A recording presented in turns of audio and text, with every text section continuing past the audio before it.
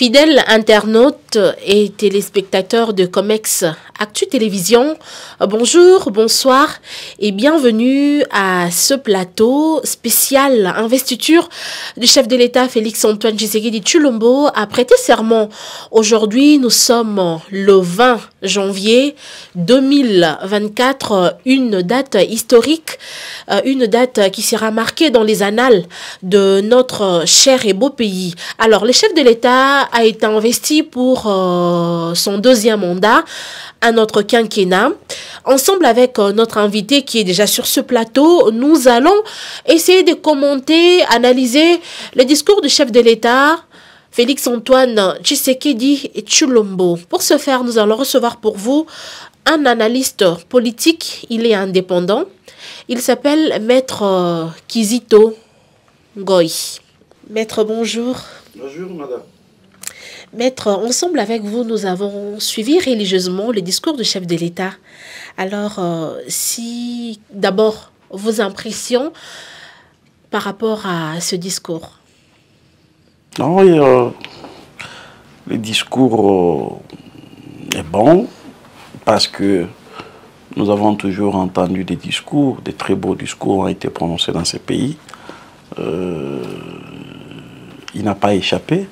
Le président de la République, à son tour, a ses devoirs de prononcer son discours lors de son investiture pour, bien évidemment, son second mandat. Il a essayé de développer certains axes en faisant ressortir, bien évidemment, ce qu'a été son programme de campagne électorale. Et nous espérons que tout ce qu'il a eu à parler, à évoquer dans son discours, seront mis en pratique. Parce que l'attente qu'a le peuple congolais aujourd'hui, c'est de voir les choses se concrétiser. Nous ne sommes plus à l'ère des beaux discours, parce que Lumumba en a prononcé de très meilleurs discours. Et aujourd'hui, là où nous sommes à une époque où il faut plus d'action que de paroles. Plus d'action que de paroles. Maître, vous vous joignez à toutes ces personnes aujourd'hui qui parlent de toute une litanie de bonnes intentions, mais au finish, il n'y aura rien. Oui, je pense que ça ne sert à rien de trop parler ou de trop promettre sans rien faire. Voyez-vous? Parce que, regardez bien, dans notre pays, nous n'avons pas des autoroutes. Quand est-ce qu'on aura les autoroutes? Dans notre pays, nous n'avons pas de métro. Quand est-ce qu'on en aura? On va commencer quand? Pour que ça se termine quand et qu'on puisse bénéficier de ces structures. Dans notre pays, nous pouvons dire que c'est un pays qui rien n'existe en réalité. Quand vous regardez les sociétés qui existent dans ces pays, ce sont des sociétés traditionnelles qui ont existé à l'époque coloniale, bien évidemment. Depuis notre accession à l'indépendance de notre pays, quelles sont ces sociétés qui ont été créées, qui prennent en compte les jeunes, ou mieux les Congolais, les Congolaises, pour que chacun puisse trouver son pain? Ça n'existait pas. Donc ces choses devraient être maintenant là, mises en pratique pour commencer à parler du début de notre émergence. Sinon, les discours, on a beau entendre, mais s'il n'y a pas d'action, ça... Mais maître, là, vous faites allusion à un point que le chef de l'État a évoqué dans son discours. Il a parlé de la promotion de l'entrepreneuriat. Promouvoir l'entrepreneuriat chez les jeunes aujourd'hui. Maître Kizito, vous êtes jeune aujourd'hui. Vous faites partie de cette catégorie des jeunes aujourd'hui qui se cherchent. Alors, s'il faut parler de l'entrepreneuriat, nous avons déjà vécu ça dans son premier mandat où il y a eu beaucoup d'activités qui cherchaient à promouvoir l'entrepreneuriat chez les jeunes, notamment avec le ministère de l'entrepreneuriat.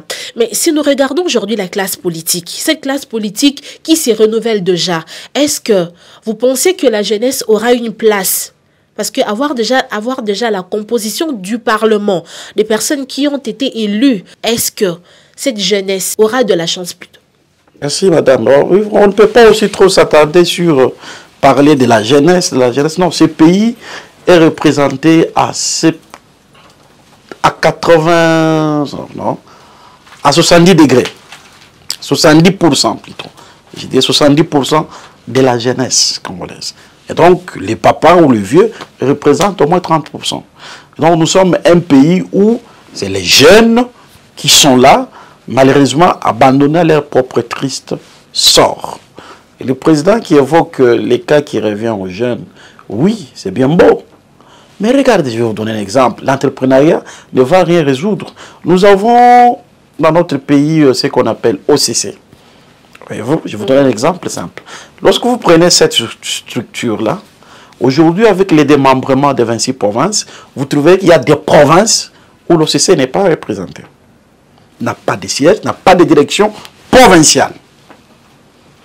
Voyez-vous, quand vous y allez, vous touchez partout, prenez même la DGI, vous arriverez dans certains chefs de provinces, chefs liés des provinces, vous trouverez qu'il n'y a pas de direction provinciale, ça n'existe pas. Et combien plus forte raison lorsqu'on parle des sociétés qui sont créées avec un capital social qui initie des emplois, qui créent pour que les Congolais puissent travailler. Il n'y en a pas. Et aujourd'hui, quand on parle même dans l'idée de faire des entrepreneurs, il faut les... de petites et moyennes entreprises. C'est bien beau. On le dit depuis longtemps. Je l'ai vu, le nouveau président de la République qui venait d'être réélu à sa propre succession. Il a fêté avec certains jeunes à la cité de l'OIA qui, à un certain moment, était devenu, semble-t-il, des millionnaires depuis qu'il est devenu président de la République. C'est bien beau. Mais est-ce que ça a de l'impact au sein de la société? C'est ce qui compte. Parce qu'aujourd'hui, c'est même difficile.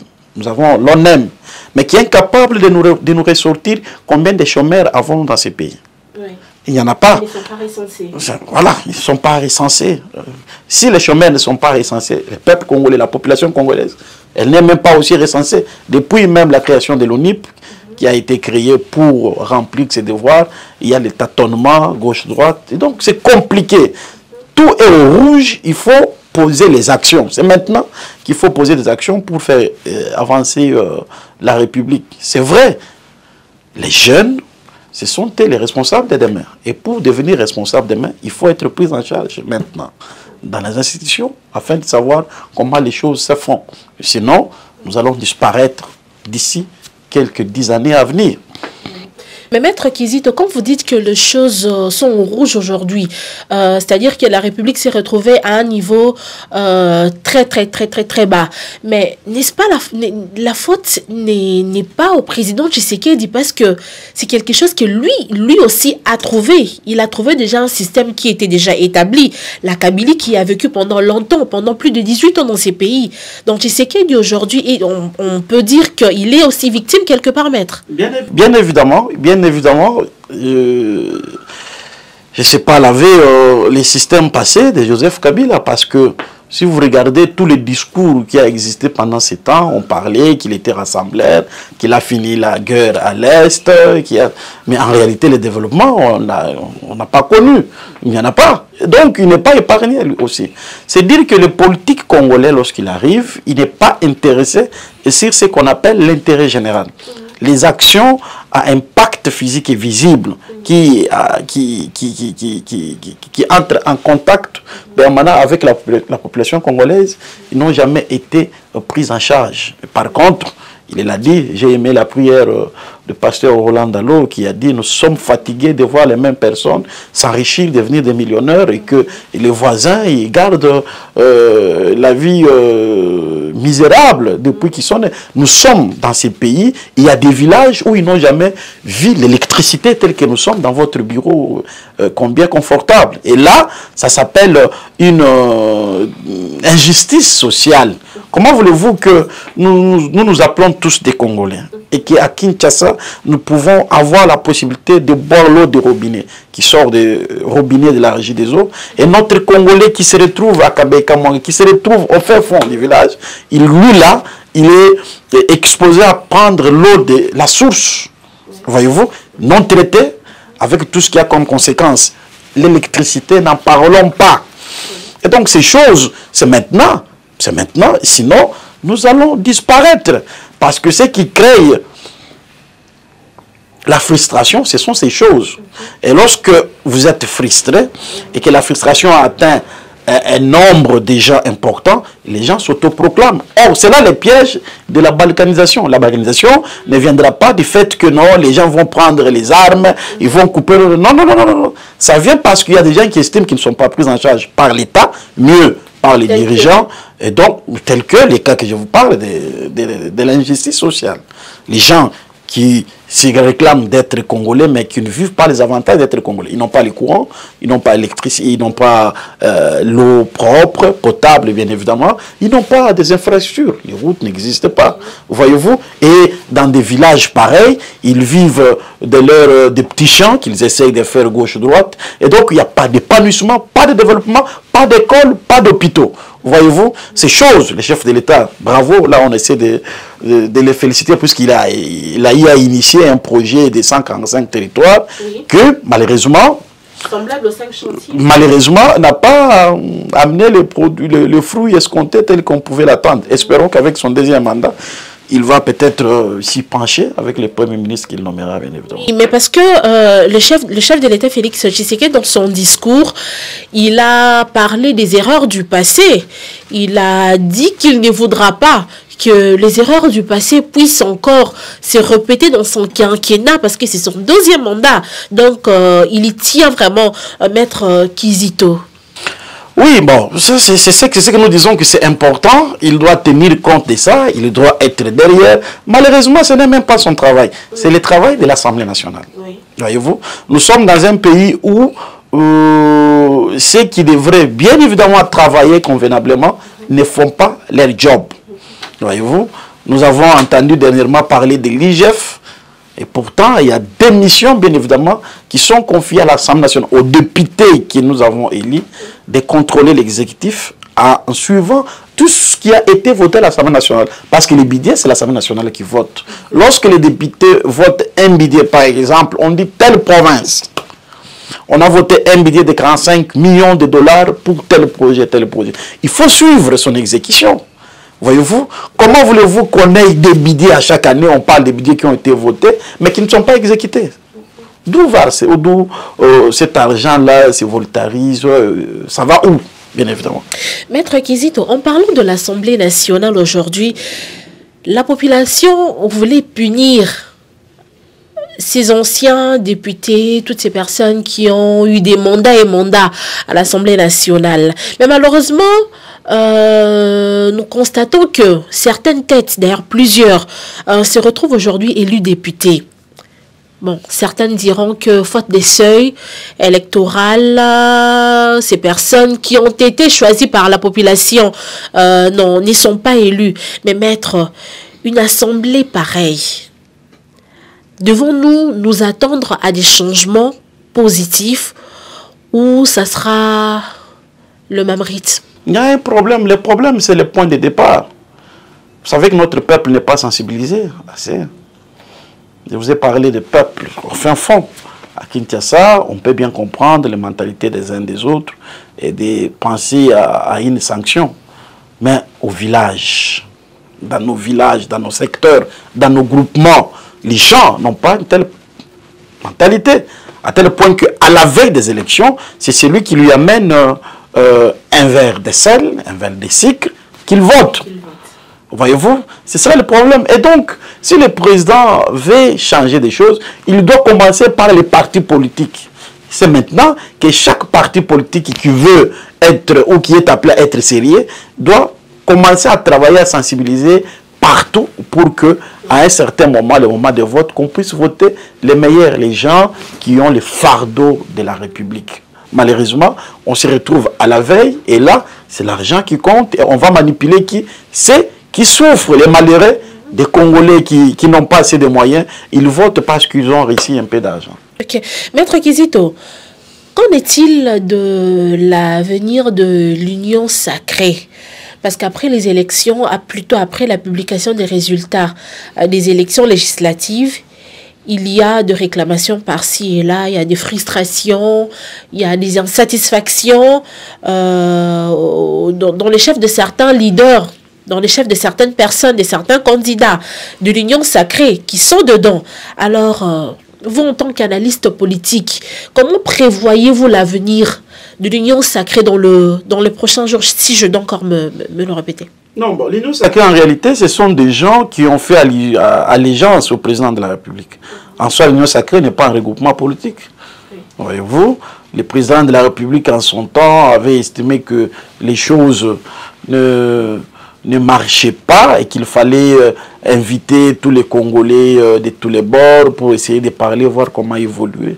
Et voilà que l'idée venait de faire un gouvernement de l'Union sacrée. Ce gouvernement ayant eu lieu, j'espère que l'Union sacrée va disparaître juste après, je suis sûr, juste après la publication du premier gouvernement de Tshisekedi. Parce que je suis sûr que ceux qui ne vont pas se retrouver dans ce gouvernement, ils vont purement claquer la porte et aller faire autre chose. Donc, ce sont de personnes qui ne militent pas pour les intérêts de la population. Ils ne militent pas pour l'intérêt de la population. Et aussi, il n'y a pas une idéologie. C'est cela la plus grande difficulté que nous avons.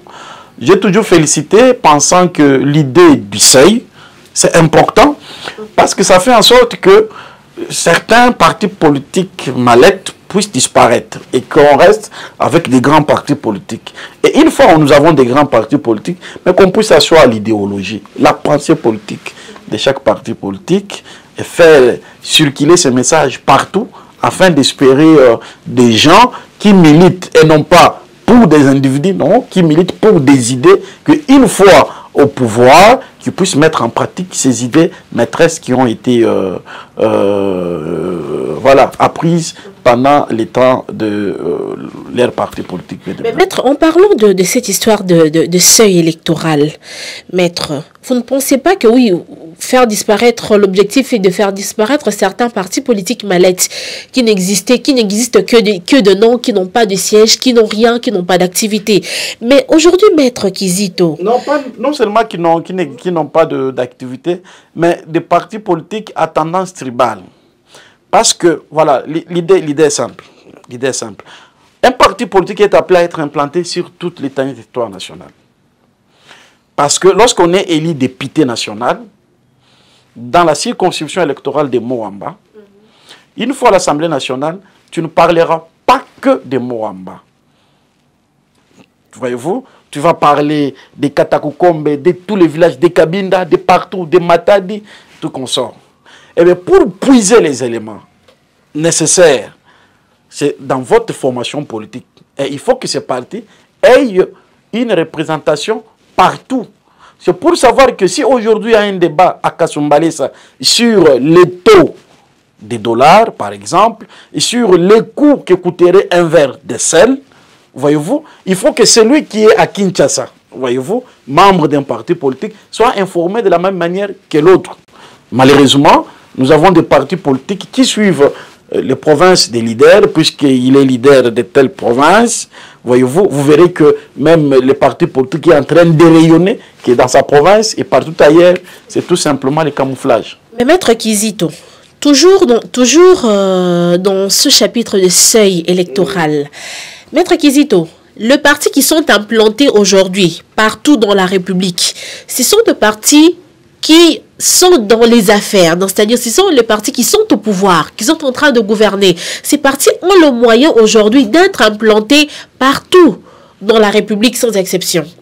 Alors, ils ont le moyen d'être élus. Maintenant, qu'en est-il de ce parti politique qui ont des bonnes idées, qui ont de belles initiatives, qui sont soutenus par la population? Mais ces personnes ne peuvent pas représenter leur population parce qu'ils n'ont pas le moyen d'être implantés dans la République comme on fait d'autres partis politiques, maître Kizito. Vous ne pensez pas que ça pose un sérieux problème? Quelqu'un qui a été élu, qui a récolté 1000 voix. 1000 voix est élu député, mais l'autre qui a 30 000 voix, voté 15 000 voix par la population, il est aimé par cette population, mais cette personne ne sait pas représenter ces gens qui l'ont voté. Vous ne pensez pas que ça crée des frustrations, même au sein de la population? C'est ça la magie du seuil. La frustration, elle sera dans cette circonscription électorale où ils ont vu un monsieur... Non. Ça ne doit pas cesser parce qu'on voit l'avantage à ce niveau-là, mais nous, on veut voir l'avantage au niveau national. Parce qu'en réalité, on a beau être leader dans un coin, Et alors, limitez-vous à être leader. Il faut être candidat député provincial. C'est simple. Comme ça, tu te bats, tu vas atteindre les seuils dans votre province. Et lorsque les débats montent, qu'il arrive au niveau national, soyez aussi capable de savoir que vous drainez la même masse partout sur l'étendue du territoire national. Pourquoi ne pas réviser la loi électorale? Et cela n'est pas seulement l'œuvre de la République démocratique du Congo. Ça vient de partout. Dans tous les pays au monde, il y a l'essai de recevabilité des candidatures. Pourquoi? Non, ce n'est pas copié parce que ça règle un problème. Vous savez qu'on était déjà à 900 quelques des partis politiques. Là, c'est quand vous allez au secrétariat général du ministère des Affaires intérieures, on vous remet une liste de prix de 900 partis politiques. Alors qu'en réalité, s'il faut citer les partis politiques connus dans ces pays, on va les citer au bout des doigts. Et ils ne sont pas au-delà des 10. Voyez-vous? Et ces 900-là viennent d'où? C'est pourquoi vous verrez que lors des négociations, des partages des gâteaux, vous les verrez maintenant là, pour former le gouvernement, on va d'abord prendre beaucoup de temps. Parce que si vous regardez bien, il n'y a aucun parti politique qui a eu la majorité des députés. Aucun. Ça, c'est depuis notre histoire politique, depuis qu'on a accédé à l'indépendance. Aucun parti politique n'a eu la majorité. Et même quand on fait en termes de regroupement, aucun regroupement politique n'a eu la majorité parlementaire. Nous avons essayé, c'est depuis qu'on a mis le seuil. C'est vrai, les élections de 2018, bien évidemment. Aucun regroupement. Ce qui fait que l'Union sacrée n'étant pas aussi non plus un regroupement politique, il faut encore aller faire nommer un informateur qui doit aller regarder ce qu'il y a là-dedans, quels sont ces partis qui vont encore accepter, travailler, qui a été pour essayer de voir. Non seulement ça nous prend le temps, de mois. Voyez-vous, et pour former le premier gouvernement avec la stratégie, la géostratégie qu'on a toujours, il faut trouver des gens qui viennent de tous les coins de la République. Donc ça va nous prendre 6 mois, 8 mois, une année, nous n'avons pas un gouvernement. Et les 4 ans à venir, avec tout ce qu'il y a comme chaque parti qui voudrait avoir un siège ou une parcelle de pouvoir, ça sera compliqué. D'où il faut maintenir les seuils. Pour faire disparaître les partis mallettes, doivent aller faire allégeance dans des grands partis politiques. C'est retrouver ça. Parce qu'en réalité, voyez-vous, nous avons 500 sièges à l'Assemblée nationale. Comment on peut se retrouver plus de 40 000 candidats en train de se battre pour les 500 sièges? Mais parce qu'il y a 21 000, voilà, ça c'est un problème. C'est un problème énorme. Vous pensez que si la politique était bien orientée, regardez-vous, les gens n'allaient pas se battre pour être des députés. Il y avait mieux à faire que d'être député, aller trouver les 21 000 $ dans autre chose. Le salaire est juteux, Maître Kizito. Qui ne voudra pas être député en RDC? Vous avez 21 000 $ sans pour autant fournir beaucoup d'efforts, qui sont pour, qui sont contre, voilà, qui s'abstient. C'est tellement facile, Maître Kizito. Mais revenons au discours du chef de l'État, de son investiture d'aujourd'hui. J'ai retenu une chose très importante, c'est le chef de l'État qui parle de l'inflation, maîtriser, combattre l'inflation, maîtriser, je pense que, plutôt augmenter le pouvoir d'achat, voilà, maîtriser surtout ces choses-là, Maître Kizito. Dans un pays où aujourd'hui, on ne sait pas valoriser notre monnaie, parce que le pouvoir d'achat est très important. Nous ne savons pas acheter avec le franc congolais. Toutes les opérations se font en dollars. Faudra d'abord dédollariser notre pays, se débarrasser du dollar, ou je ne sais pas quelle magie faudra. C'est simple. Pour le faire, il n'y a pas une magie à faire là-dedans. Tu sais, dans notre pays, nous importons tout. Tout. C'est ce qui fait que les dollars ont beaucoup plus de valeur que les francs congolais. Oui. Et si aujourd'hui, le président de la République, j'avais suivi les ministres de l'économie qui est encore en place, Vital Kamerhe, qui disait si on commençait à produire nous-mêmes ici à l'interne, les taux de dollars vont baisser. De soi. Donc, il n'y a que ça. Il faut maintenant qu'on prenne... C'est pourquoi on parle des infrastructures. Si vous allez aujourd'hui dans nos villages, on fait un fonds, les gens font les champs, on fait des fermes, on produit, on amène, on consomme nous-mêmes ici et nous commençons à exporter, vous verrez que notre monnaie aura plus de la valeur que la monnaie étrangère. Il n'y a pas une autre magie à faire que ça. Et donc, c'est maintenant, s'il dit qu'il va combattre les taux de dollars, qui ne fait que monter, augmenter, et donc, il faut maintenant valoriser nos travaux champêtres, les moderniser. Malheureusement, le projet de Bukangalonzo a été un cimetière de beaucoup de millions qui n'ont pas voulu augmenter. Voilà. On ne sait pas ce qui va s'en sortir de l'autre côté. Et donc, il faut ce projet-là maintenant et faire les infrastructures dans nos provinces afin que tout ce qu'il y a comme alimentation, tout ce qu'il y a comme... Tout, ça puisse tourner dans notre pays et tu verras que le taux de dollar va baisser. Voilà, Maître Kizito Ngoyi, je rappelle que vous êtes analyste indépendant, analyste politique indépendant. Nous vous recevons sur le plateau des Comex Actu Télévision, communication excellente. Voilà, nous analysons le discours du chef de l'État lors de son investiture d'aujourd'hui. Le chef de l'État a été élu président.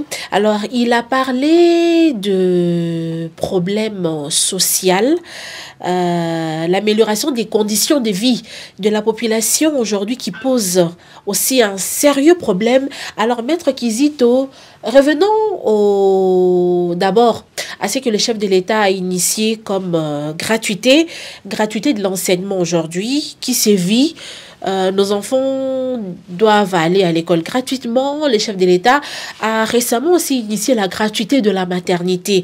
Mais est-ce que cette gratuité est réellement effective, Maître Kizito? Oui, bon, ça, je ne peux pas le répondre. Je sais que la gratuité de l'enseignement est effective et aussi de la maternité. On ne peut pas en douter. Il revient aux parents et qui estiment que ces enfants doivent aller dans des écoles étatiques. Et alors, ils ne payent pas les Minerval tels que ça se faisait auparavant. Ils estiment que ce sont des parents qui ont beaucoup d'argent. Ils envoient leurs enfants dans des écoles privées pour payer. Mais c'est que je sache, et depuis la dernière sortie médiatique du ministre ayant les pestés dans ses attributions, Tony Mwaba, que je salue en passant, il a fait savoir que la maternité et la gratuité est bien évidemment effective dans notre pays. Et ça entre dans l'actif du président de la République, mais aussi la gratuité de la maternité, parce que ça soulage, tant soit peu,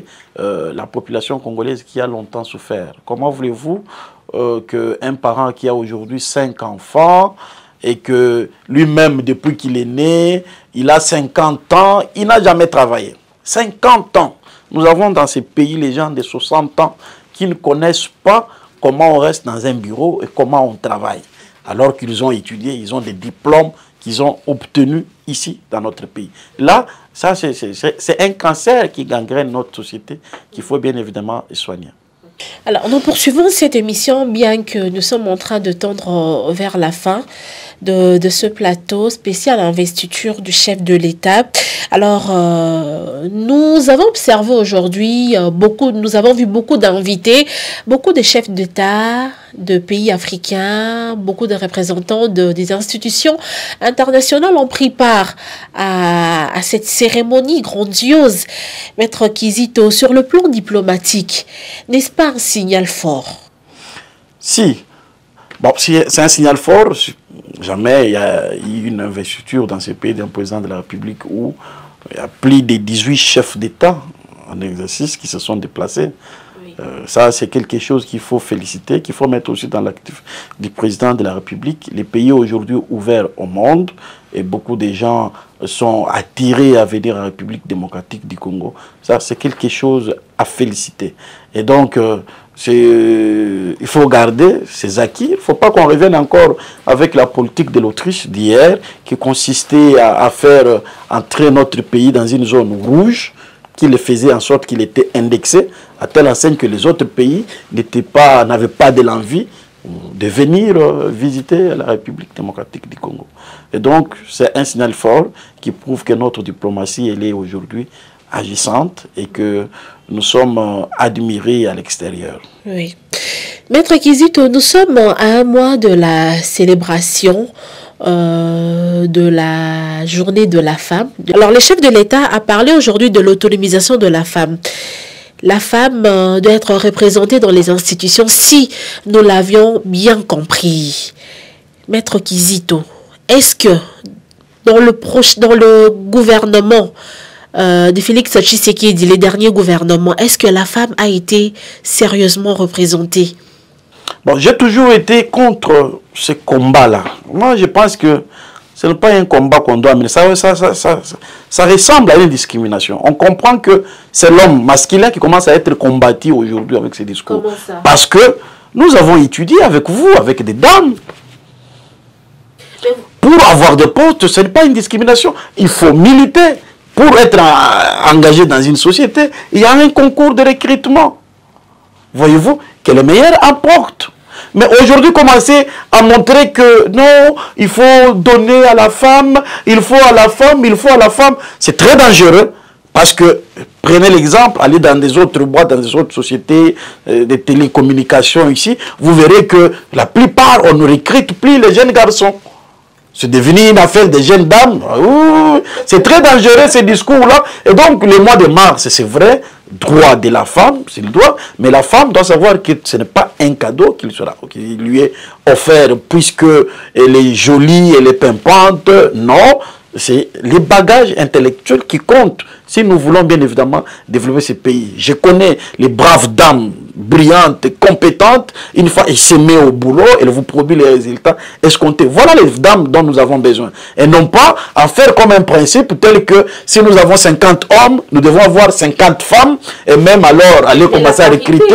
Non, cette parité-là, la parité ne vaut. Ce qui compte, c'est les compétences. Mais les compétences, maître, voilà. N'est-ce pas l'homme, n'est-ce pas cet homme-là aujourd'hui qui chosifie la femme? Oui, oui, vous avez parlé de la femme compétente, de la femme qui doit être compétente, de la femme qui doit chercher à se surpasser, à exceller. Mais comment expliquez-vous une femme qui se cherche, une femme qui a étudié avec vous, une femme qui milite auprès de vous les hommes, mais quand il faut accéder à certaines fonctions, à certains postes de responsabilité, cette femme-là est soumise à certaines caprices des hommes. Souvent, ce sont les caprices des hommes pour avoir ce poste maître. Parce qu'elles sont nombreuses aujourd'hui qui ont accédé à des postes de responsabilité. Mais si vous leur posez la question, mais comment vous êtes arrivé ici, maître? Ce sont des histoires. C'est ce discours-là, ça reste un discours de prétexte.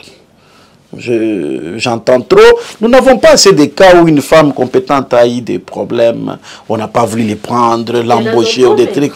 Non, il n'y en a pas. On prend des exemples d'ailleurs qui n'existent pas pour faire valoir l'idée de votre prétendue parité qui doit être prise en compte. Non, parce que lorsque nous avons étudié, il y a eu des femmes qui sont même sorties premières de la classe. Là où il y a des hommes. Voyez-vous, cela n'a pas empêché au professeur de dire que non, comme c'est une femme qui a eu 70%, on doit réduire ce pourcentage pour qu'un homme sorte premier de la classe. Non, ce n'est pas le cas. Aujourd'hui, il faut la compétitivité. Vous dites? Mais quand il s'agit de la confier certaines responsabilités, ça pose problème. Ça pose pas problème. Alors il faut avoir l'ambition. Nous avons passé une période, voyez-vous, que la femme considère comme la période de dualité, où elle n'était pas au rendez-vous, c'est d'elle-même. Où elle avait compris que son travail, c'était seulement d'être au foyer, être au ménage. Ça, c'est la femme elle-même. Lorsque vous utilisez le terme « chosifier la femme », je ne vois pas un seul homme au monde qui a pensé de chosifier la femme. Non. Et surtout qu'il y a un principe de la majorité. Lorsqu'on est déjà majeur, homme tout comme femme, on se prend en charge. Voyez-vous? Et donc ce discours-là, il est dangereux. Moi, je trouve le discours de parité comme étant très dangereux. Il faut laisser les compétences se bousculer afin que les meilleurs occupent le bon poste afin de faire évoluer la chose publique. Parce que c'est compliqué. Vous êtes contre la célébration de la femme? Très contre dans les contextes tels qu'il a été toujours vanté. Vanté. Moi, je propose que hommes comme femmes, nous sommes tous égaux, voyez-vous, là il n'y a pas de problème. Et pour compétir, il faut laisser les compétences évoluer. Là où on trouve que c'est une femme qui a un bon profil, voyez-vous, elle occupe le poste, et non pas lui servir comme si c'était un cadeau. Il faut chercher, on a 50 hommes, d'accord, là on coince les hommes, on cherche le profil, lorsqu'il arrive pour des femmes, non, on prend, non, c'est une femme, c'est une... Non, non, non, non, non. Ça, c'est pas du tout normal. Je suis désolé. Ce n'est pas un discours genré, vous savez. Je suis désolé. Je n'ai jamais partagé ce point de vue depuis des années. Voilà, Maître Kizito, aujourd'hui, Félix Antoine Tshisekedi Tshilombo, le chef de l'État, a prêté serment pour son 2e mandat. Nous avons tous suivi ses discours d'investiture. Alors, quel avenir pour la RDC pour conclure cette émission? L'avenir de la RDC est prometteur. Je suis en train de voir que la conscience est en train d'être prise au sérieux dans notre pays et que les 5 années à venir du président Tshisekedi vont nous permettre de quitter d'un point A vers un point B. Là, je le crois fermement, j'ai essayé de voir son attitude et aussi son engagement. Nous espérons que s'il gardait la flamme et qu'il arrivait à sélectionner les meilleurs pour éviter aussi trop de coups bas en politique, parce que ce qui fait que lorsqu'il y a des coups bas, ce n'est pas toujours celui qu'on combat qui perd, non, c'est toute la population qui perd. Il y a beaucoup d'exemples, je ne vais pas y revenir ici. Lorsque vous freinez tel projet, ce n'est pas celui qui pilote le projet que vous freinez, c'est toute la République qui est freinée. Et donc, la politique devrait être ces gens-là qui ont le cœur, qui développent plus l'amour et plus l'esprit de travailler en équipe. C'est dit disponible, disposé à travailler avec l'opposition? Bien évidemment, bien évidemment. Nous ne sommes pas un État où on doit diviser les Congolais. Nous sommes un État où il faut d'abord l'unité. Et cette unité peut nous prendre même 50 années.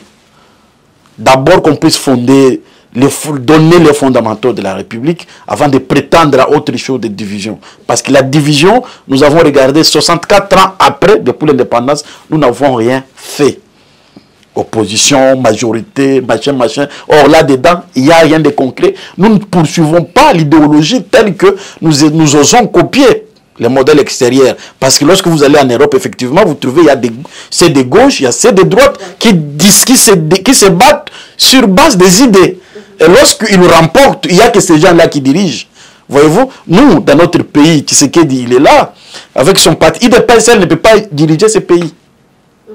Même si nous allons à l'impossible, un seul parti à ce jour ne peut... Parce que d'abord, incapable d'atteindre 251 députés à l'Assemblée nationale. On n'a jamais vu ça. Et donc, il faut l'unité, il faut la cohésion, il faut l'amour, il faut travailler avec tout le monde en symbiose pour espérer quelque chose. Voilà, merci beaucoup Maître Kizito Ngoyi. C'est la toute première fois que nous vous recevons sur notre plateau des Comex Actu Magazine. Merci d'avoir répondu à notre invitation et un grand merci à la direction de Comex Actu Télévision, Madame Kokongobé, notre DG. Un grand merci à Andrix Zola, à José Kayembe derrière la caméra. Un grand merci à vos fidèles téléspectateurs, internautes. Merci de vous abonner, de partager, de liker nos contenus. Le rendez-vous est pris très prochainement, toujours sur cette chaîne. Au revoir.